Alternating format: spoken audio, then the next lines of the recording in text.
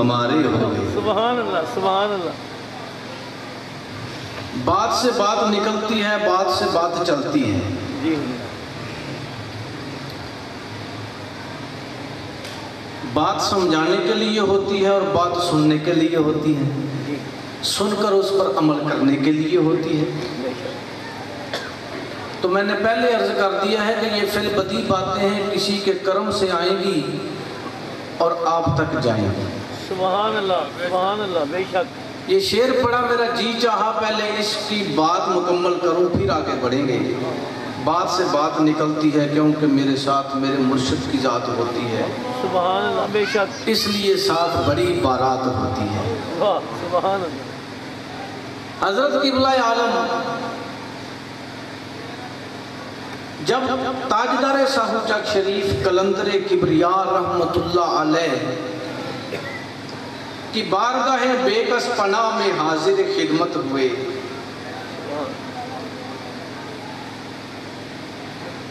ایک حسن کا دریا تھا، ایک نور کا طوفان تھا، ایک حسن کا دریا تھا، ایک نور کا طوفان تھا، اس پیکر خاکی میں یہ کون خرامہ تھا۔ حاضر خدمت ہوئے، قلندر کبریا جلوہ افروز ہیں، حضرت حاضر ہوتے ہیں، 15 سال کی عمر مبارک ہے، میٹرک کا امتحان دیا ہے، آ کر عرض کرتے ہیں بابا جی آنکھیں خراب ہیں۔ آنکھوں ہی آنکھوں میں اشارے ہو گئے، عرض کرتے ہیں آنکھیں خراب ہیں۔ وقت کا قلندر تقدیر کو پڑھتا تھا، سائل آتا تھا، ایک بار زمین پہ نظر دوڑاتے تھے، دوسری بار اس کی پیشانی پہ نظر دوڑاتے تھے، اس کی تقدیر کا مطالعہ فرما لیتے۔ سبحان اللہ سبحان اللہ سبحان اللہ۔ اس بات کی پہلے ایک دلیل پیش کرتا ہوں، اس کے بعد آگے بڑھتے ہیں۔ ہمارے پیر بھائی ہیں میجر محمد عارف ملک صاحب، حضرت قبلہ عالم کے بڑے عاشق ہیں۔ عرض کرتے ہیں حضور جب گھر سے چلتے ہیں بے شمار سوالات ذہن میں لاتے ہیں، جب آپ کا دیدار با جمال دیکھتے ہیں وہ بھول جاتے ہیں۔ یہ تقدیر پڑھنے کی بات ہے، سوال بھول جاتے ہیں۔ آپ فرماتے ہیں بیٹا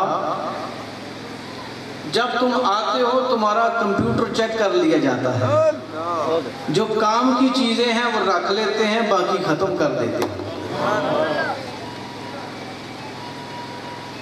عرض کرتے ہیں حضور آنکھیں خراب ہیں، آپ نے یہ نہیں فرمایا یہ ڈراپ لکھ دیتا ہوں، فلاں میڈیکل سٹور سے ملے گا، اس کو آنکھوں میں ڈال لینا۔ یہ نہیں فرمایا کہ فلاں ڈاکٹر کے پاس چلے جاؤ، فرمایا اچھا آنکھیں خراب ہیں تو ٹھیک ہو جاتی ہیں۔ حضور کیسے ٹھیک ہوتی ہیں؟ فرماتے ہیں میری آنکھوں کی طرف دیکھو، اگر تو لگ گئی تو ٹھیک ہو جائیں گی، ورنہ ان کا کوئی علاج نہیں ہے۔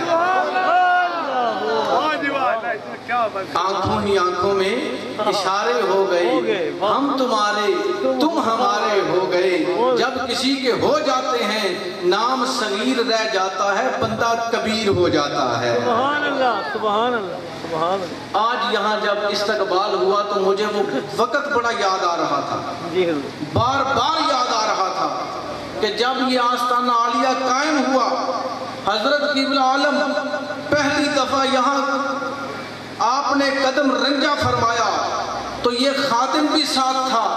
حضرت نے یہاں کھڑے ہو کر فرمایا، ایک ہی کمرہ تھا، فرمایا صوفی صاحب بھی یہاں موجود ہیں۔ فرماتے ہیں حضرت صوفی صاحب ایک وقت آئے گا کہ یہ ہمارا ڈیرا نہیں آستانہ ہو جائے گا، یہ ہمارا آستانہ شہر میں وصف میں آ جائے گا، یہ شہر بن جائے گا۔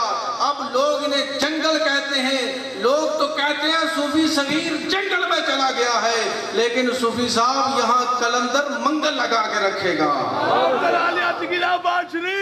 اور خدا شاہد ہے کہ یہاں کوئی آبادی نہ تھی، آپ سب لوگ جانتے ہیں یہاں کچھ نہ تھا، لیکن ایک مرد قلندر کے قدم لگ جانے سے آج یہ بڈیانے کی وادی میں شامل ہے۔ اور دیکھو حضرت قبلہ عالم کی آمد سے یہاں تعمیراتی کام کتنا ہوا ہے، یہاں مخلوق کا کتنا جمع غفیر ہے، کہیں مسجد بن رہی ہے، مہمان خانے بنائے جا رہے ہیں، یہ برآمدوں کی تعمیر ہو رہی ہے، کوئی پراپرٹی نہیں صوفی صاحب کی، یہ کیا پراپرٹی ہے؟ ایک مرد قلندر کے کرم کی پراپرٹی ہے۔ سبحان اللہ، سبحان اللہ، ایک مرد قلندر کی نگاہ کی بات ہے۔ لوگ کہتے ہیں صوفی صغیر صاحب کو کتنی آمدن ہے، پتہ نہیں کتنی آمدن ہے، یہ کسی آمدن سے نہیں بنتے، بڑی بڑی آمدن ہے لوگوں کے پاس، یہ تو کسی کے کرم سے بنتے ہیں۔ نگاہ مست میں لائی تو میں پلا کے اٹھے، جہاں وہ بیٹھ گئے میں قدا بنا کے اٹھے۔ جہاں بیٹھ جاتے ہیں، جہاں قدم لگ جاتے ہیں، کیونکہ ان لوگوں نے اپنی زندگی پراپرٹی کی خاطر نہیں گزاری، ان لوگوں نے اپنی زندگی بینک بیلنس بھرنے کے لیے نہیں گزاری، انہوں نے تو اپنی زندگی اپنے خدا کے لیے گزاری ہے۔ تو وہ یار ہی کیا جو یار کی بات نہ سنے۔ یاری نبھانا کوئی آسان کام نہیں۔ صوفی صاحب حاضر ہوتے ہیں، حضرت قبلہ عالم فرماتے ہیں صوفی صاحب جاؤ جا کے حکمت شروع کر لو، آج میں تمہیں خلافت بھی عطا کرتا ہوں، بیعت کرنے کی اجازت بھی عطا کرتا ہوں، اور جاؤ یہ سب دکانیں چھوڑ دو، سارے کاروبار چھوڑ دو، حکمت شروع کر دو۔ دست بستہ ہو کر عرض کرتے ہیں حضور حکمت جانتا نہیں، نام سے واقف نہیں، حکمت کروں گا کیسے، دوائیاں نہیں جانتا۔ فرماتے ہیں تمہیں کیا جاننے کی ضرورت ہے، ہم کروا کے رہیں گے۔ بہت اچھے، بہت اچھے، سبحان اللہ۔ یہ ان کے کرم کی بات ہے کہ صوفی صاحب گھر میں ہوتے ہیں، دکان پہ قطاریں بنی ہوتی ہیں لوگوں کی، وہ شفا ان کے ہاتھ کی نہیں، وہ شفا کسی کی زبان سے ہے۔ بے شک، بے شک۔ حضرت نے فرمایا خدا شاہد ہے، فرماتے ہیں کسی کو پھونک مار دو، کسی کو کوئی خاک کی پوڑی بھی دے دینا، اللہ شفا دے دے گا۔ سبحان اللہ، سبحان اللہ۔ تو حضرات گرامی قدر یہ ہے کہ جو میں نے بات کی ہے، اگر آنکھوں ہی آنکھوں میں اشارے ہوں گے تو تم بھی صغیر سے کبیر بن جاؤ گے۔ نگاہ رکھو سامنے تو پھر بات سنو، پھر بات بنے گی انشاءاللہ۔ تو میں عرض کر رہا تھا کہ ان کے مقامات رفیع کا ذکر کرنا یہ اللہ کی بھی سنت ہے، میرے رب نے قرآن میں فرمایا ہے، اور جا بجا اپنے محبوبوں کے تذکرے فرمائے ہیں۔ بے شک، جا بجا اپنے محبوبوں کے تذکرے فرمائے ہیں۔ آج میں جو آپ کی خدمت میں عرض کرنا چاہتا ہوں، جو میں نے آیت کریمہ پڑھی رکھوں گا اس کے ساتھ ہی آپ کو، میں نے کبھی آنے سے پہلے نہیں سوچا کیا تقریر کروں گا، یہاں بیٹھے ہی بیٹھے ان کے کرم کی بات ہوتی ہے۔ آج سیالکوٹ میں ہمارے پیر بھائی حاجی محمد عرفان صاحب کا میں نے نکاح پڑھایا، تو نکاح میں جب یہ میں نے خطبے میں آیت پڑھی تو میرا یہ دل چاہا آج اسی آیت سے بات چلے گی۔ سبحان اللہ۔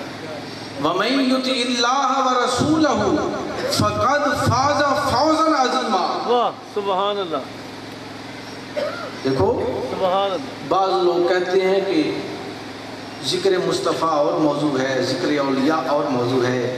نادانوں، غلام کا ذکر کرنے سے تو آقا کی شان کا پتہ چلتا ہے، بے شک، بے شک، اور آقا کا مقام بیان کرنے سے غلام کی شان کا پتہ چلتا ہے۔ کسی کو پتہ چل جائے یہ کس آقا کا غلام ہے، یہ کوئی عام چیز نہیں ہے، اور غلام کا ذکر کرنے سے پتہ چل جائے جس کا یہ غلام ہے اس آقا کی شان کیا ہوگی۔ واہ واہ، سبحان اللہ۔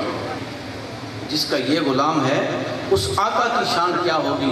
تو جو لوگ اللہ اور اللہ کے رسول کی اطاعت کرتے ہیں، مطیع رسول ہو جاتے ہیں، ان لوگوں کو لیے کیا ہے،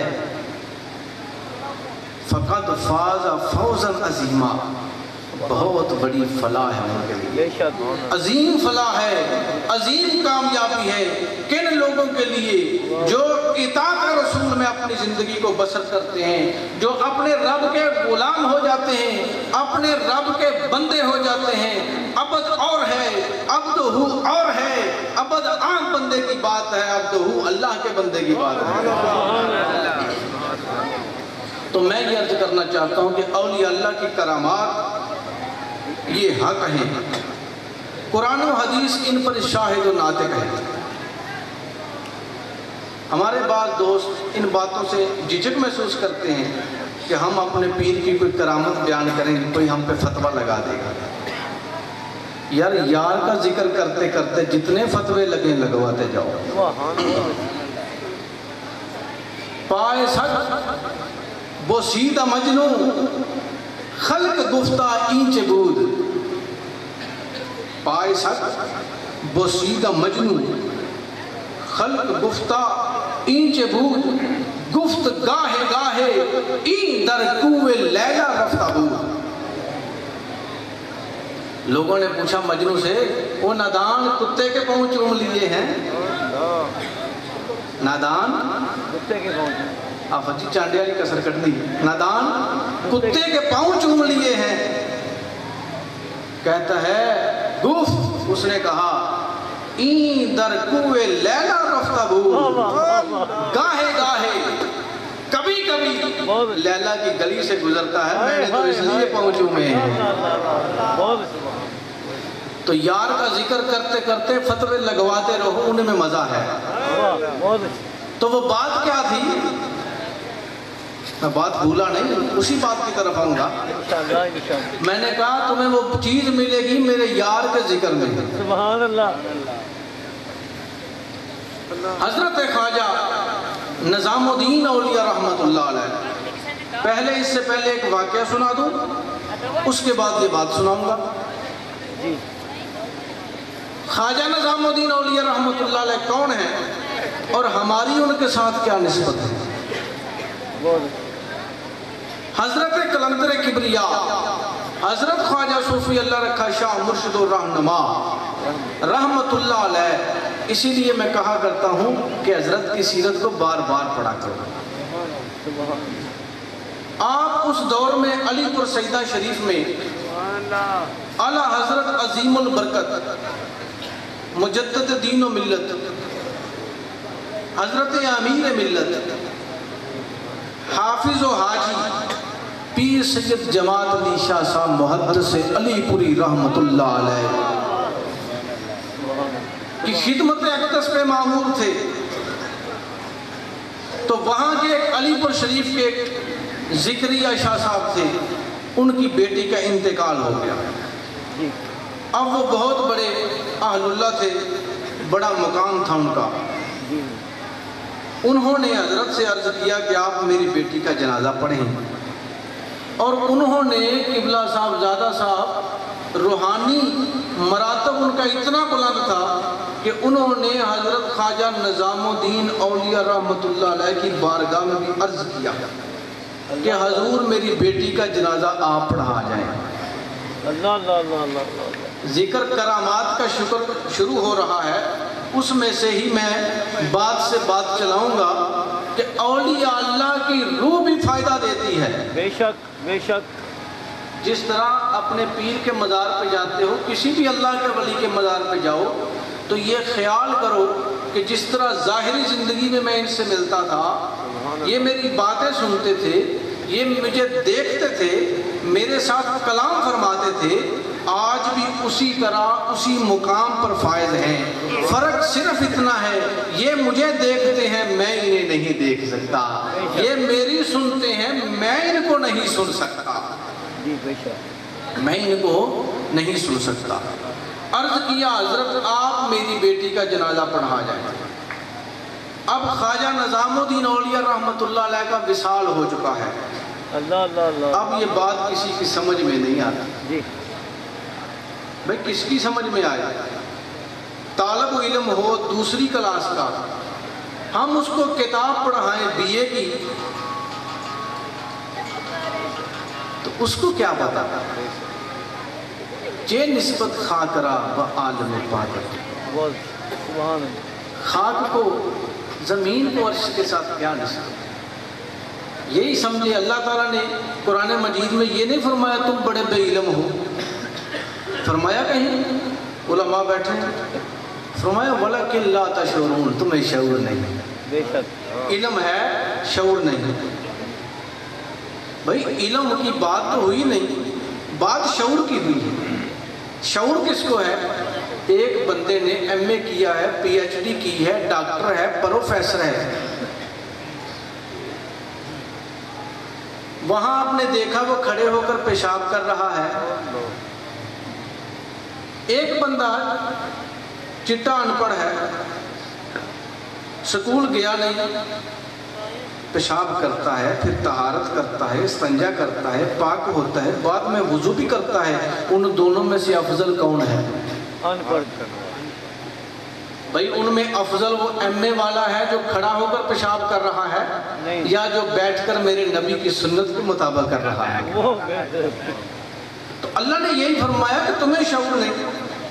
اس لیے ہم بھی کسی کے ساتھ بحث نہیں کرتے. ہم یہ سمجھ گئے کہ تمہیں